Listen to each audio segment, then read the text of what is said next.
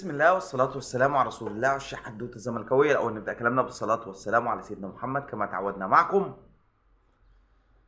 تشكيل ناري للزمالك بالصفقات الجديدة في مباراة الزمالك والإسماعيلي اللي هتقام غدا الاثنين في الدوري المصري. غيابات بالجملة عن الزمالك في هذا اللقاء، وتعالى هنقول لك مفاجأة مدوية. وقع في فيلا الملياردير. وقع في فيلا الملياردير. الزمالك ينهي صفقة الرعب، اسم لا يصدق، فنان الأهلي.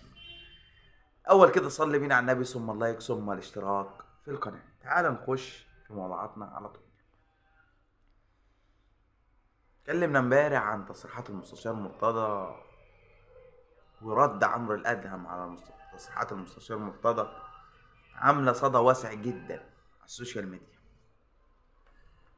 السوشيال ميديا.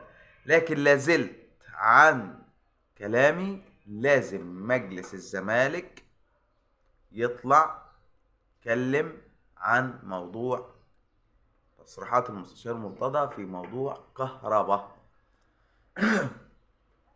موضوع ايه؟ كهرباء. عايزين نفهم، عايزين نعرف.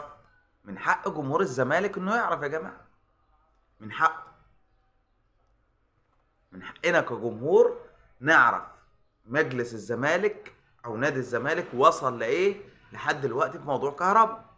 بس سؤال بريء جدا جدا كمان. عايزين مجلس الزمالك من خلال المتحدث، من خلال رئيس النادي، من خلال قناة الزمالك، نعرف ايه اخر التطورات، وجمهور الزمالك من حقه يعرف ايه اخر التطورات في ملف قضية محمود كهرباء.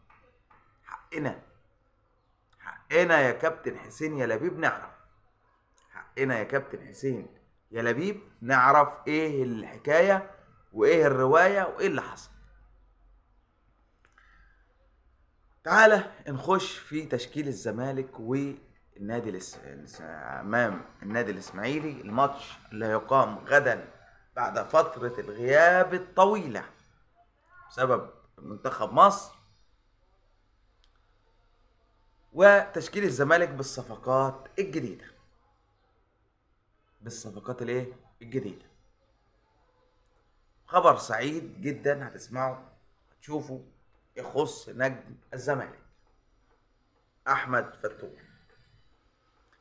تشكيل الزمالك في حراسة المرمى محمد عواد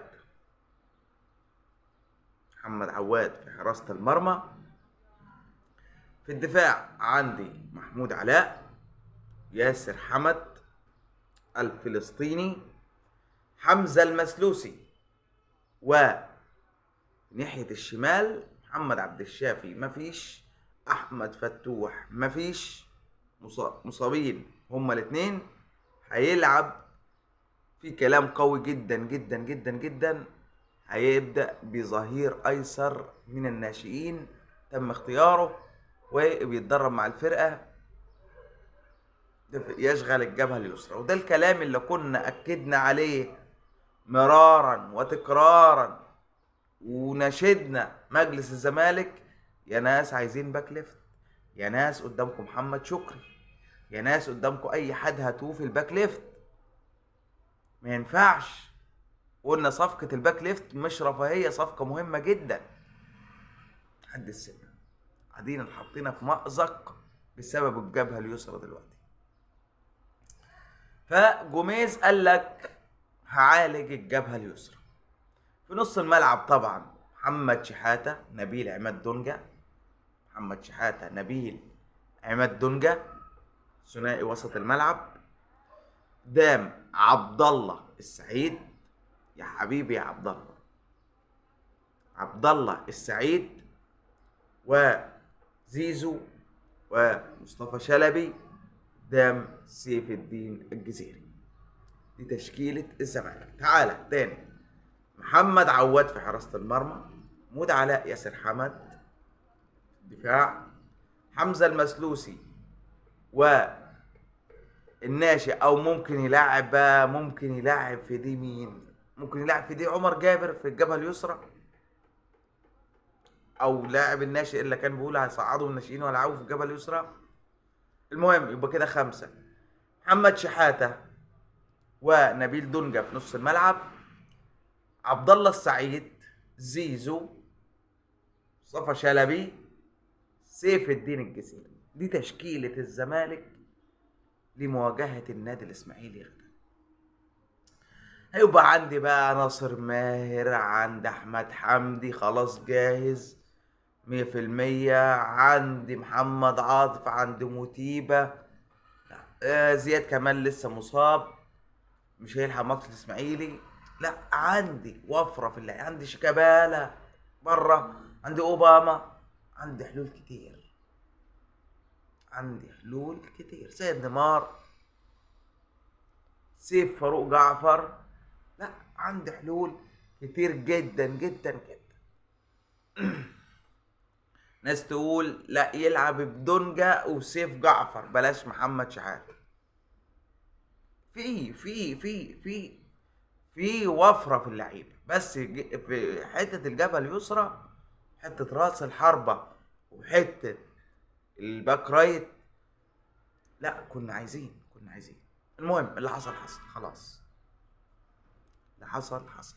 دي التشكيله الاقرب لجوميز للبدء في ماتش النادي الاسماعيلي غدا. كل التوفيق للزمالك باذن الله في هذا اللقاء، والزمالك يحصد اول 3 نقاط في العودة خلاص للمباريات بعد التوقف الكبير بسبب منتخب مصر وكأس الأمم الأفريقية.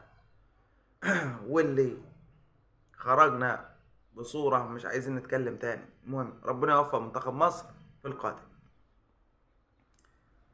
طيب احمد فتوح خلاص رسميا زي ما قلت لك، رسميا احمد فتوح سيكون جاهز 1,000,000% لماتش الاهلي في كأس مصر، في نهائي كأس مصر في المملكة العربية السعودية يوم 8 مارس. احمد فتوح يتعافى من الاصابة وهينزل التمرين، ما فيهوش اي مشكلة. ده بالنسبة لاحمد فتوح.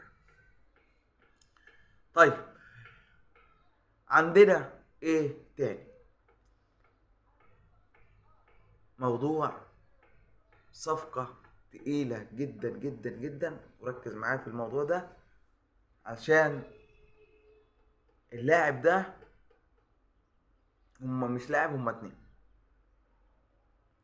الزمالك حاطط عينه عليه يعني ايه، بنسبة كبيرة الزمالك انهى كل التفاصيل في هذا اللاعب. واللاعب يعني ايه، شفت طريقة عبد الله السعيد في المرة الأولى والمرة الثانية اللي اتحققت وجه الزمالك، هو نفس القصة. الملياردير الزملكاوي أيمن ممدوح عباس يا جماعة مسؤول كبير جدا في نادي الزمالك. يعني مش عايز اقول لك كلام ايمن ممدوح عباس يمشي على حسين لبيب نفسه ويمشي على احمد سليمان. دي معلومات من جوه النادي. ايمن ممدوح عباس يعني كلامه بيمشي على رئيس النادي واحمد سليمان. فايمن ممدوح عباس ليه باع، لايه، لسطوته، لسيطرته. ليه؟ راجل بيدفع من جيبه.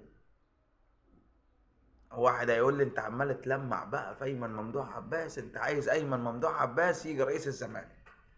انا لا يفرق معايا ايمن ممدوح عباس ولا ممدوح عباس اللي ربنا يشفيه عشان هو مريض، ولا حسين لبيب ولا اي حد. انا بقول لك التفاصيل اللي ايه اللي بتحصل جوه النادي. بقول لك كلام ايمن ممدوح عباس بيمشي على حسين لبيب نفسه. وكلنا كنا شايفين ايمن ممدوح عباس كان قاعد فين في مؤتمر الصفقات، كان قاعد جنب حسين لبيب. كان جنب مين؟ حسين لبيب، مش هشام نصر يعني اللي هو النائب، لا ده حسين لبيب، ده ايمن ممدوح عباس اللي قاعد جنب حسين لبيب. فايمن ممدوح عباس عايز يعمل صفقه واو واو واو للزمالك، صفقه تعمل بوم في الدوري كده، صفقه تعمل بوم. زي ما قلنا لكم مره واثنين وثلاثه، رمضان صبحي يا جماعه خلاص رغبته اللي مسؤولي بيراميدز، انا زمالك، انا زمالك. عايزين اكلم المستشار تركي آل الشيخ، يكلم رجل الاعمال او مالك النادي سالم الشمسي، اكلم اي حد، انما انا زمالك الموسم الجاي، زمالك خلاص، ده اخر موسم بالنسبه لبيراميدز معانا، كفايه طموح لحد كده، هو قال كده كفايه طموح لحد كده، عاوز العب في الزمالك، عايز ابقى جنب عبد الله السعيد، ده رمضان صبحي. فايمن ممدوح عباس مخلص كل التفاصيل مع رمضان صبحي وكيل، كل التفاصيل والعقد والسنه الاولى والسنه الثانيه والرواتب وكل حاجه مخلصها مع رمضان صبحي ايمن ممدوح عباس. دي صفقه رمضان صبحي، هتكون اول صفقه رسميه في الزمالك في الموسم الجديد. ايمن ممدوح عباس حط عينه على لاعب تاني من بيراميدز، هو لاعب الزمالك السابق مصطفى فتحي. انا عندي مصطفى فتحي يفوق رمضان صبحي، عندنا وجهة نظر انا، مصطفى فتحي يفوق رمضان صبحي. فايمن ممدوح عباس عاوز كمان الفرص الشقيه، حبه الكريس السافل مصطفى فتحي، يا ريت يا ريت يا ريت مصطفى فتحي. مصطفى فتحي لاعب لا غنى عنه في الزمالك. رمضان صبحي، مصطفى فتحي، بن شرقي، راس حربة تقيل، باك ليفت، باك رايت، لا اتعشت على كده مع اللعيبه اللي جايه مع الزمالك بقى موجوده، اتعشت على كده، واللي يحصرني يكسرني. الزمالك ينيم افريقيا كلها من العصر بالفرقه دي، بن شرقي، رمضان، مصطفى فتحي، الفرقه الموجوده دلوقتي، باك ليفت، باك رايت، مدافع، راس حربة قوي جدا، انسى يا باشا. دمتم في امان الله، والسلام عليكم ورحمه الله وبركاته.